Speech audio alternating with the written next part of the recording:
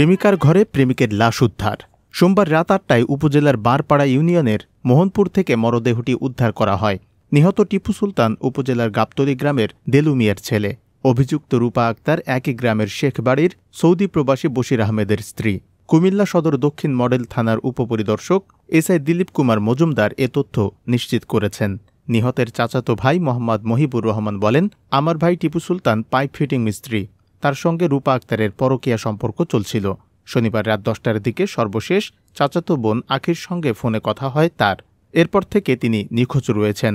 বিভিন্ন স্থানে খুঁজে তাকে না পেয়ে সোমবার দুপুরে সদর দক্ষিণ মডেল থানায় পরিবারের পক্ষ থেকে নিখোঁজ ডায়েরি করা হয়। সন্ধ্যার পর আমরা জানতে পারি রূপার ঘরে টিপু সুলতানের লাশ পাওয়া গেছে। শরীরের বিভিন্ন স্থানে আঘাতের চিহ্ন রয়েছে। তাকে পরিকল্পিতভাবে হত্যা করা হয়েছে। আমরা এই হত্যাকাণ্ডের বিচার দাবি করছি। এ বিষয়ে উপপরিদর্শক দিলীপ কুমার মজুমদার বলেন, সন্ধ্যায় রূপা আক্তার থানায় এসে পুলিশকে জানায় তার ঘরে এক যুবক এসে গলায় ফাঁস দিয়ে আত্মহত্যা করেছে। রাত ৮টায় পুলিশ ঘটনাস্থলে গিয়ে নিহতের মরদেহ উদ্ধার করে ময়নাতদন্তের জন্য কুমিল্লা মেডিকেল কলেজ হাসপাতাল মর্গে প্রেরণ করে।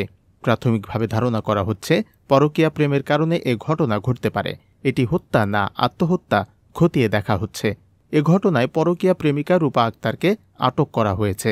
পরিবারের পক্ষ থেকে এ ঘটনায় মামলা দায়ের করা হয়েছে বলে তিনি জানান। জবাবদিহি